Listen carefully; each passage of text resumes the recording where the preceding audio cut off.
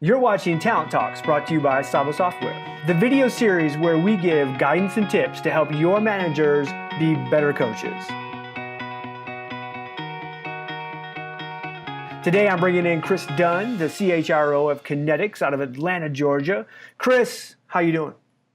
I'm doing great, Tim. Excited to be with you on this series. I'm all about making managers better coaches. Nice. So that's so the concept I want to talk about is the use of silence in a coaching conversation. Explain it to the audience.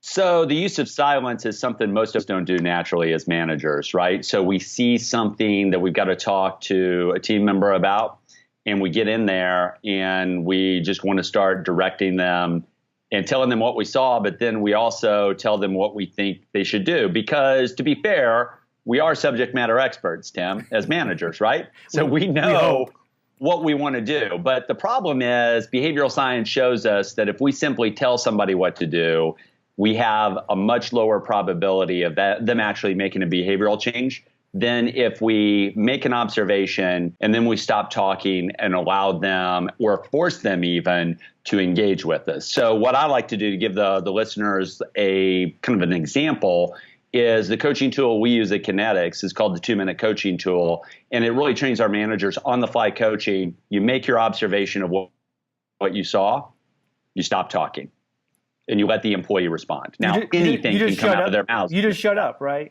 You just stop talking. And it doesn't really matter what they say, but you have to allow them to participate. It's like one of the keys, because we know at the end of the day, if we don't allow them to do that, they're going to leave. And, you can watch my face. They're going to leave and go, there goes Tim again.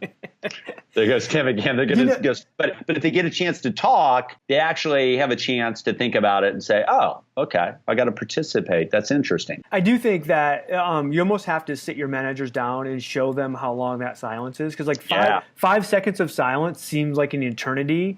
And we have this natural thing in us that want to fill that void. And I think it's one of the hardest things for managers to get to say, hey, just 5 seconds, just wait. The other person will say something because they have that same instinct to fill that void. But we tend to just throw it out at them because we're the leader, we're the manager, we're the coach.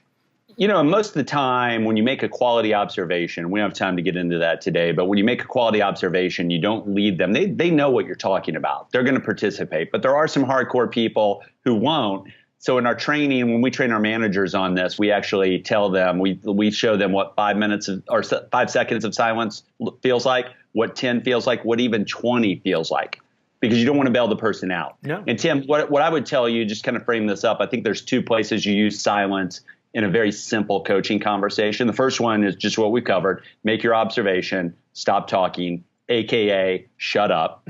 Okay. The employee says something, you take back control of the conversation, you remind them of the goal that you're going after, and then you've really got to convert and say, all right, so the next time you're in that situation where you kept interrupting our director of marketing in that meeting, next time you're in that situation, what are you going to do to not interrupt her?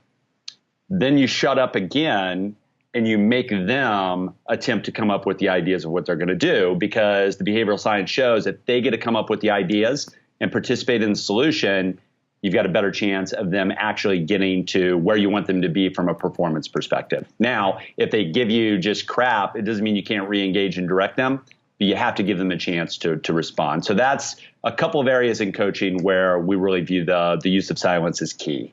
Love it. So make sure, share your tips and tricks and how you just heard from the guru of performance management, Kris Dunn. All you have to do is get your people to shut up, and they'll be better performance managers. Like us, subscribe to this video series if you want us to come back, or if you just want me to come back or Kris, let us know in the comments. Also, I want to thank Saba Software for allowing us to do Talent Talks, and we'll see you next time on this video series.